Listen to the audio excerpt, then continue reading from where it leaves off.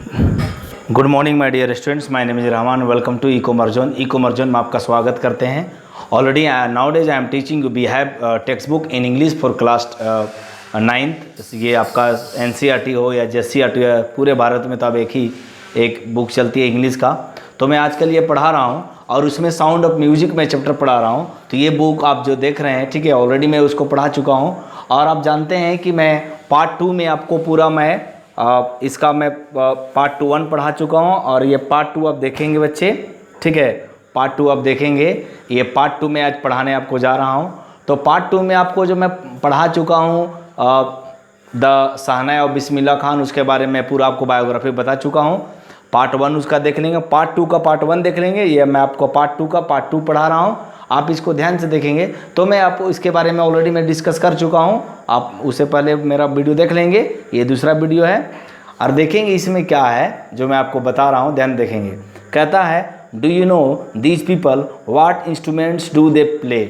आप क्या जानते हैं, ये जो जितने भी ये पर्सनालिटीज़ है, ये जितने भी फेमस पर्सनालिटीज़ है, इसमें आपके पंडित रविशंकर हैं। तो इसमें आप ध्यान देंगे कि ये आपके जो है बिस्मिल्लाह खान है, इनके बारे में हम लोग क्या है पढ़ने जा रहे हैं, ठीक है। इसमें आपको जितने भी सब म्यूजिशियंस हैं, बड़े बड़े अलग अलग क्षेत्र में उन्होंने नाम कमाया, इसमें से 2-4 लोगों को तो भारत रत्न में मिला है, इनको भी भारत रत्न मिला है। तो आज हम लोग पढ़ने वाले हैं, ऑलरेडी मैं डिस्कस कर चुका हूँ भारत रत्न बिस्मिल्लाह खान के बारे में, ठीक है। बिस्मिल्लाह खान इनको कैसे पढ़ा ऑलरेडी मैं वीडियो में बता चुका हूँ, देख लेंगे, ठीक है।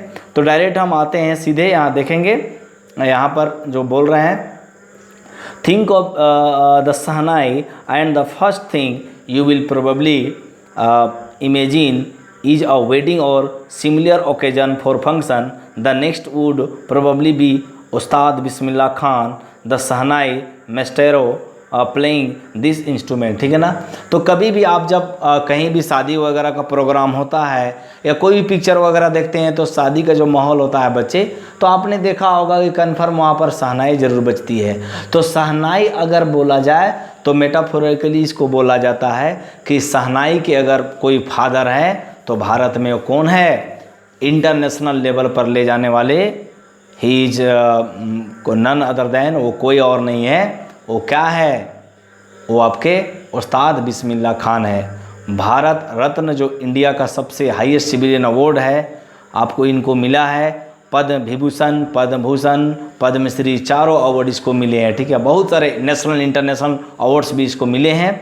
तो आज इनके बारे में ये बोल रहे हैं। फर्स्ट आपका जो ये आपका पैराग्राफ है वो बताते हैं किसके बारे में बच्चे, ये बता रहे हैं औरंगजेब के बारे में। आप जानते होंगे 1707 में इनका मृत्यु हो गया था। ये अंतिम मुग़ल एम्पायर, अंतिम बहुत पावरफुल शासक थे। 1757 से 1857 तक भी रहे एम्पायर, मुग़ल एम्पायर, लेकिन सबसे ज़्यादा पावरफुल आपके लास्ट थे औरंगजेब। तो Aurangzeb banned the playing of a musical instrument called pungi in the royal residence for it had a shrill unpleasant sound. Okay, यहाँ तक देख लेंगे क्या बोल रहा है। श्रील का माने होता है हार्श, मतलब कड़वा लगता था, अनप्लीजेंट माने अच्छा नहीं लगता था सुनने में। तो सुनने में तो औरंगजेब ने जो एम्पायर थे उसको क्या कर दिया, अपने रेसिडेंस में पुंगी को बैन करा दिया, मैंने बंद करा दिए। Pungi became the generic name for reeded noise makers. Okay, generic name का मतलब यहाँ पर मीनिंग दिया हुआ है, a name given to a class और ग्रुप एज ए होल, ठीक है ना।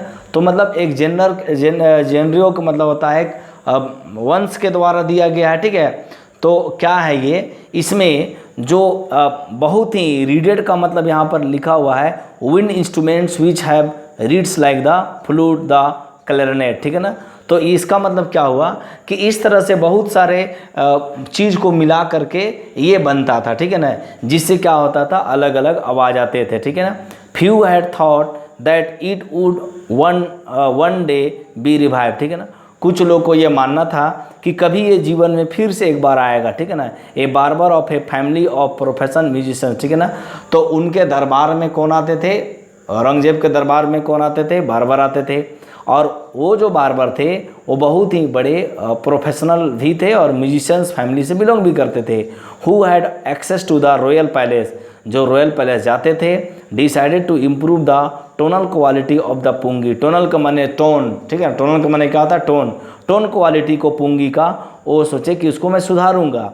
ही chose a pipe with the natural quality of the pungi, natural hollow stem that was stronger and broader than the pungi, ठीक है ना।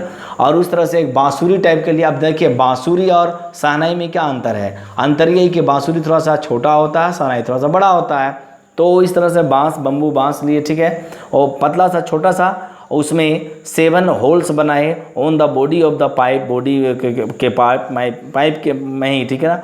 When he played on it, जब उसको वो बजाए, closing and opening some of these holes, कुछ holes को छोड़ते थे तो कुछ होल्स, आप जब शहनाई बजाते हुए किन्हीं को देखे होंगे तो कन्फर्म है कि आप देखे होंगे कि जब वो लोग बजाते हैं तो 2-4 होल को छोड़ देते हैं, जब हवा फूंकते हैं तो फिर छोड़ देते हैं, फिर बजाते हैं, फिर छोड़ देते हैं, तो इससे एक मेलोडियस साउंड आता था। ओके, नेक्स्ट पेज में हम देखते हैं क्या है, यहाँ पर ध्यान देंगे, यहाँ पर ये जो आपका है प्रोड्यूस्ड, यहाँ पर बोल रहे हैं क्या, देखें, ध्यान देंगे बच्चे, produced he played the instrument before royalty and everyone was impressed, और वो उसको बजाया करते थे और सभी लोग इम्प्रेस्ड हुए।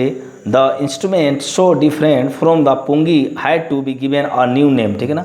अब देखिए पुंगी जो था उससे ये इंस्ट्रूमेंट बहुत अलग, मतलब ये हुआ अलग, मतलब क्या हुआ, इनका ये साउंड बिल्कुल अलग सुनाई दिया, ठीक है ना। तो ज़्यादातर लोग क्या किए, इसको पसंद करने लगे। As the story goes, since it was first played in the Saz chamber and was played by a nai barber, the instrument was named the शहनाई। तो शहनाई में देखेंगे SH सह मैंने मतलब क्या हुआ, बादशाह हुआ, और नाई मैंने हम नाई ठाकुर को बोलते हैं, बार्बर को बोलते हैं। तो ये चूँकि फर्स्ट बार शाह के दरबार में बजाया गया, और किसके द्वारा बजाया गया, एक नाई के द्वारा, अभी मैं बताया था, एक बार्बर फैमिली था उनके द्वारा बजाया, इसलिए इसका नाम शहनाई पड़ा। देखिए इस तरह का जो पिक्चर है बच्चे, इसको हम पुंगी बोलते हैं। जो ये बीच में आपने किसी को ये बजाते हुए सुना होगा, जो सपेरा होते हैं ना, ठीक है ना, तो ये बजाते हैं तो इस तरह से बीन, तो ये बीन टाइप का है ये पुंगी, ठीक है ना। और ये शहनाई एक लॉन्ग है और इसमें 2 2 4 2 6 1 7 मैंने 7 क्या है होल बने हैं, दैट इज कॉल्ड शहनाई, ठीक है ना। और थोड़ा सा बड़ा है। बांसुरी भी इसी तरह का होता है, फ्लूट, लेकिन थोड़ा सा पतला होता है, छोटा होता है, ये बड़ा होता है। तो आप देख सकते हैं ये दोनों अंतर क्या है। इसकी आवाज़ पहले पसंद नहीं की जाती थी औरंगजेब के द्वारा, जबकि इसकी आवाज़ पसंद की जाने लगी। नेक्स्ट है आपका पारा 2 में क्या बोल रहा है, देखिए पारा 2 को ध्यान से देखिए। ओके, नेक्स्ट में क्या है, the sound of the shehnai began to be considered auspicious. Auspicious का मतलब क्या होता है, promising to bring good fortune, मतलब शुभ लाभ। आपने हिंदू मैथोलॉजी में देखा होगा, तो हिंदू घर में आपने देखा होगा कि शुभ लाभ लिखा रहता है, ठीक है ना, या मुहूर्त निकलता है, दैट इज कॉल्ड ऑस्पिशियस, ठीक है ना। ऑस्पिशियस का मतलब क्या होता है, पवित्र, अच्छा दिन, ठीक है ना। And for this reason it is still played in temples and is an indispensable component of any north Indian wedding, ठीक है ना। तो कहने का मतलब ये हुआ कि हमारा जो झारखंड, यूपी, बिहार, ये इस तरह जितने भी टेम्पल है, इसमें जो है अनिवार्य रूप से इसको बजाया गया, ठीक है ना। अनिवार्य रूप से मतलब क्या, ये इनडिस्पेंसेबल का मतलब था without which a piece of work cannot be done, ठीक है ना। अब इसके अगर ये शहनाई नहीं बजती थी तो शादी नहीं होती थी, शहनाई नहीं बजती थी तो कोई भी टेम्पल में प्रोग्राम नहीं होता था। माने ये अनब्रोकन यानी अटूट रिश्ता इसका हो गया, ठीक है ना, या शादी वगैरह या फिर मंदिर में, ठीक है ना, याद रखिएगा, खास करके नॉर्थ इंडिया में, ठीक है ना। The shehnai was part of the नौबत और traditional in symbol of 9 instrument. तो नौबत का मतलब क्या हुआ, जैसे आप जानते होंगे 9 रत्न हुआ करते थे अकबर के दरबार में, तो यहाँ पर हुआ कि 9 ट्रेडिशनल जो मतलब म्यूजिकल इंस्ट्रूमेंट था जो उस समय फेमस था, उसमें से एक इनको भी बनाया गया। इंजेबल मीन्स क्या होता है, अनसेबल इसको पढ़ते हैं, things here instrument considered as a group, ठीक है ना। इसको एज ए ग्रुप में इसको लिया गया, मतलब ये भी एक अनब्रोकन पार्ट बन गया, ठीक है ना। Till recently it was used only in the temples and wedding. लेकिन अभी तक क्या होता था, ये तो टेम्पल और वेडिंग में बजता था, बट अब इसको ग्रुप लोग भी रॉयल कोर्ट्स में बजाने लगे, ठीक है ना। The credit for bringing this instrument on to the classical stage goes to Ustad Bismillah Khan. ये अंडरलाइन कर लीजिएगा, बहुत इंपॉर्टेंट लाइन है। कहता है ये कि ये जो क्रेडिट है कि उस्ताद बिस्मिल्लाह खान को ये क्लासिकल स्टेज पर लाने का, तो ये सबसे बड़े इसके पिता हैं, याद रखिएगा, फादर बोले जा सकते हैं, ठीक है ना।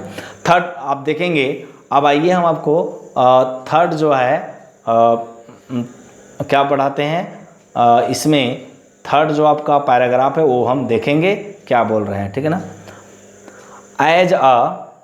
एज अ 5 ईयर ओल्ड, जब वो 5 साल के थे, बिस्मिल्लाह खान के बारे में बताया जा रहा है। Bismillah Khan played gilli danda near a pond in the ancient state of Dumraon in Bihar. Already मैं आपको पहला इसका वीडियो बनाया हूँ कि वो कहाँ जन्म लिए हैं, उनको कौन कौन सा जगह पसंद है। डुमराव के बाद वो बनारस जाते हैं, तो ये आप इससे पहला वाला वीडियो देखेंगे आपको समझ में आ जाएगा। इसमें मैं इस वीडियो में लाइन बाय लाइन पढ़ा रहा हूँ। Okay, he would regularly go to nearby Biharji temple to see the Bhojpuri chaita, ठीक है ना।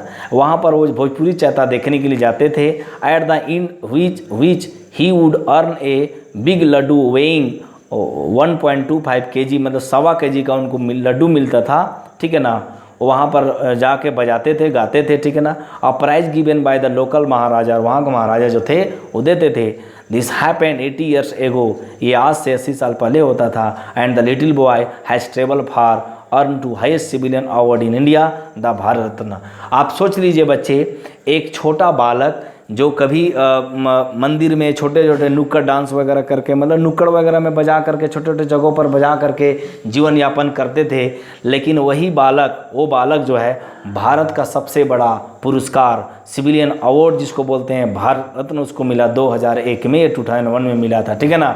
तो इस तरह से हम देखते हैं कि एक साधारण बालक कैसे असाधारण बनता है। भारत रत्न याद रखिएगा सबको नहीं मिलती है, ये बहुत इसके लिए तपस्या करनी पड़ती है। रात दिन एक कम से कम 40-50 साल अगर आप करते हैं या उस तरह का कोई असाधारण काम आपको हीरोइक अपने जॉब्स किया है, डिट्स किया है, तब आपको मिलते हैं, ठीक है। तो भारत रत्न एक साधारण चीज़ नहीं है, ये असाधारण चीज़ है, ठीक है ना, असाधारण अवार्ड है। बोर्न ऑन फोर्थ, आपको ऑलरेडी मैं इसका कब जन्म हुआ मैं बता चुका हूँ, बट यहाँ पर दिया है, लाइन बाय लाइन में एक्सप्लेनेशन कर रहा हूँ, तो मैं इसको भी बताऊँगा। ओके, यहाँ बोल रहे हैं बोर्न ऑन 21 मार्च 1916। देखिए 21 मार्च 1916 में इनका जन्म होता है। Bismillah belongs to a well known family of musicians from Bihar.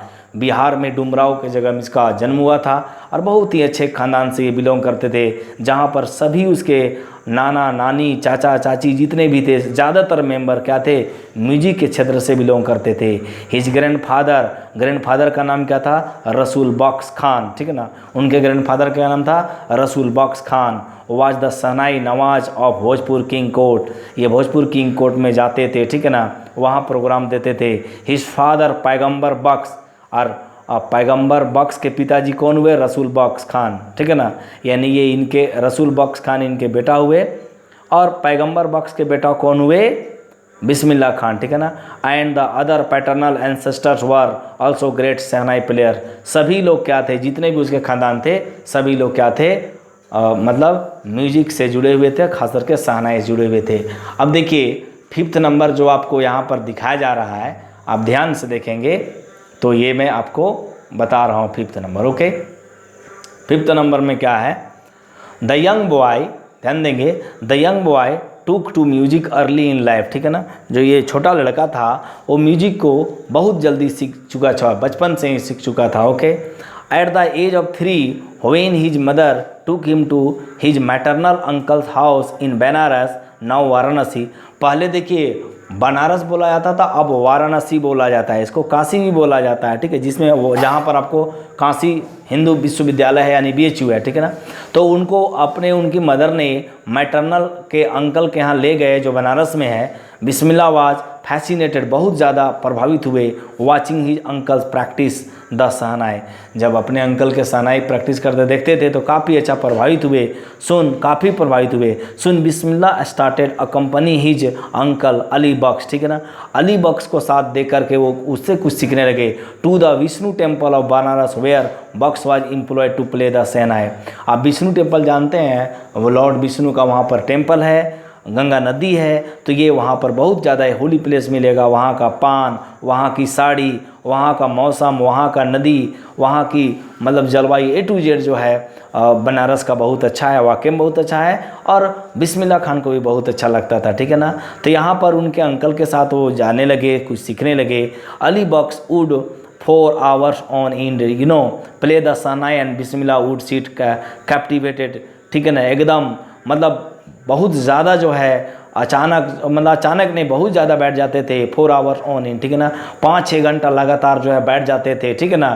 Captivated का मतलब हुआ कि एकदम वसीभूत होकर के बैठ जाते थे, ध्यान मग्न होकर बैठ जाते थे और लगातार सीखते थे, ठीक है ना। स्लोली, धीरे धीरे ही स्टार्टेड, ठीक है ना, getting lessons in playing the instrument and would sit practising throughout the day, ठीक है ना। धीरे धीरे वो सीखने लगे और मतलब सुबह शाम का प्रयास करने लगे, मतलब अभ्यास करने लगे अपना म्यूजिक इंस्ट्रूमेंट बजाने का, ठीक है ना। 4 years to come the temple of Balaji and Mangala Maiya, ठीक है ना। ये बनारस की बहुत फेमस टेम्पल है, Balaji and Mangala Maiya. And the banks of the Ganga became the young apprentice favourite हॉर्न्स वेयर, हॉर्न्स का माने जगह होता है, ये अप्रेंटिस माने सीखने वाला, लर्नर को बोलते हैं। ये एक छोटा सा माने छोटा बच्चा जो सीखता था उसके लिए बहुत अच्छा फेवरेट प्लेस बन गया बनारस का, ठीक है ना। बालाजी एंड मंगला मैया टेम्पल और बनारस की मतलब गंगा नदी, ठीक है ना। He could practice in solitude, और सॉलिट्यूड का मतलब होता है अकेले में, वो एलोन भी प्रैक्टिस करते थे। The flowing waters of the Ganga inspired him to improvise the invent ragas that were earlier considered to be beyond the राग of the शहनाई, ठीक है, रेंज ऑफ द शहनाई। तो राग वगैरह बहुत अलग अलग तरह के निकालते थे, बहुत ज़्यादा वो मतलब अलग अलग तरह के जो है ना मतलब राग गाते थे, बजाते थे, सीखते थे, इस तरह से वो करते थे, ठीक है ना। और ये रेंज ऑफ द शहनाई मतलब शहनाई के रेंज से भी बियॉन्ड जाते थे, मतलब उससे ऊपर परे भी जाते थे, ठीक है। यानी जो चीज़ शहनाई में नहीं है उससे भी वो दूसरा चीज़ करते, मतलब प्रैक्टिकल बहुत ज़्यादा करते थे, इसमें यही बोला गया। 6 आप देखेंगे बच्चे, 6 आपका है at the age of 14 Bismillah accompanies his uncle to the Allahabad music conference, ठीक है ना। 14 साल की उम्र में इनको पहला ब्रेक भी आप मान के चलिए, इलाहाबाद म्यूजिक कॉन्फ्रेंस में गए अंकल के साथ। At the end of his recital, अब वो जो पूरा प्रोग्राम करके ख़त्म किए उनके uncle, Ustad Faiyaz Khan पैटेड the young boys back and said, उसमें उस्ताद फैयाज खान थे, उन्होंने इस बच्चे की पीठ थपथपाया और वो बोले work hard and you shall make it, ठीक है ना। कठिन परिश्रम करो, तुम इसको हर हाल में क्या कर लोगे, है ना, ये क्या कर लोगे, इसको जीत लोगे और तुम इस पर बहुत ज़्यादा आगे बढ़ोगे, ठीक है ना। इसने कहा, किसने कहा, फैयाज खान ने कहा। पैटेड माने थपथपाना। Work hard and you shall make it. With the opening of the All India Radio in Lucknow in 1938 came Bismillah big break, और सबसे पहले पहला ब्रेक कहाँ मिला था, 1938 में ऑल इंडिया रेडियो लखनऊ में प्रोग्राम वो दिए थे, ठीक है ना। नाउ नेक्स्ट में क्या है, he soon became an often heard shehnai player on radio, और उसके बाद उसका जो शहनाई जो है रेडियो में सुने जाने लगी लगातार, ठीक है ना, मतलब बार बार, ठीक है ना। 7th नंबर देखेंगे क्या बोलते हैं 7th पर, अगर आप when India gain independence on 15 अगस्त 1947, आप जानते हैं 300 साल 600 साल के बाद हम पहली बार जो है आज़ाद हुए थे। तो कब आज़ाद हुए थे, 15 अगस्त 1947, बहुत हिस्टोरिकल डे था, रेड लेटर डे था, सॉरी, है ना।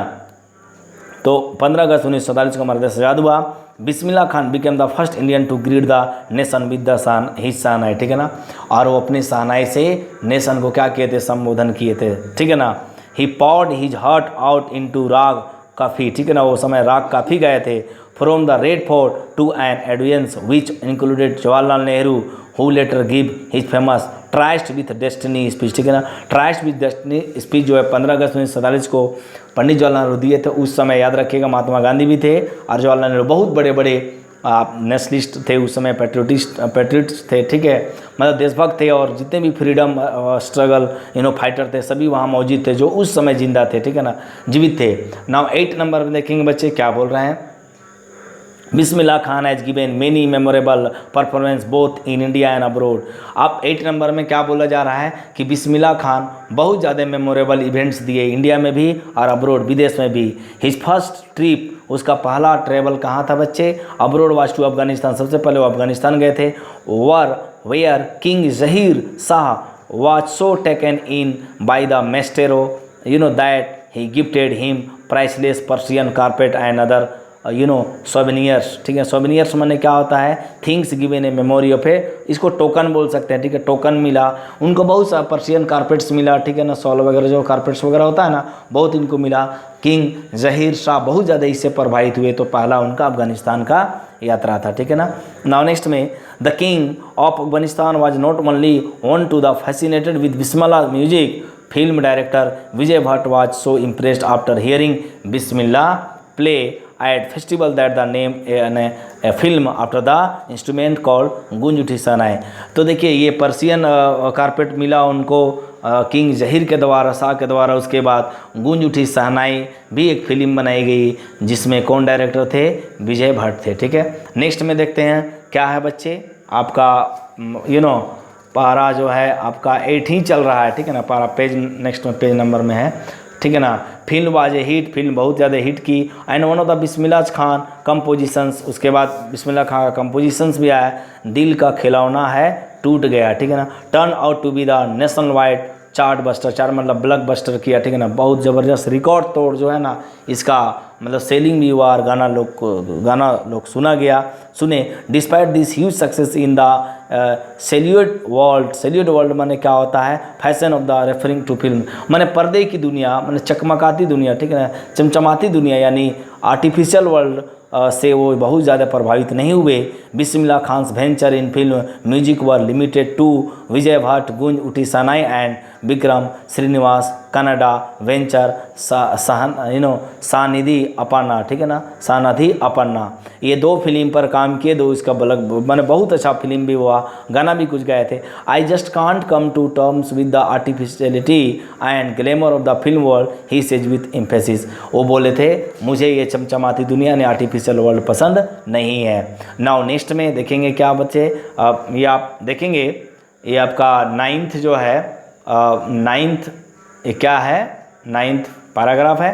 Awards and recognition came thick and fast. देखिए अवार्ड्स एंड रिकॉग्निशन बहुत ज़्यादा, थिक एंड फास्ट माने क्या, बहुत ज़्यादा उनको मिला। ठीक है ना। Bismillah Khan became the first Indian to be invited to perform at the prestigious Lincoln Center hall in the United State of America. आप जानते होंगे अब्राहम लिंकन कौन थे, 16th president of the United State of America थे।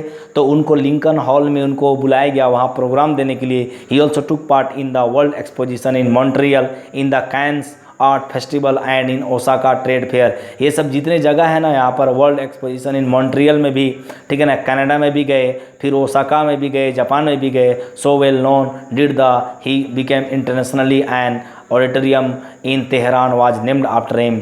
एक Iran की राजधानी Tehran है, उसमें भी क्या किया गया, उनके नाम पर एक मतलब क्या रखा गया है, अब स्टेडियम रखा गया है। ठीक है ना, तहर मॉस्क उस्ताद बिस्मिल्लाह खान, ठीक है, कि स्टेडियम का नाम रख दिया गया है। 10th आप देखेंगे 10th पैराग्राफ में, national awards like the Padmashri इनको मिला, पद्म भूषण मिला, द पद्म विभूषण मिला, कन्फर टू हिम। और आपको मालूम है इन 2001 11th में क्या बोले, in 2001 Ustad Bismillah Khan was awarded India's highest civilian award the Bharat Ratna. ठीक है ना, भारत रत्न भी इसको मिला है।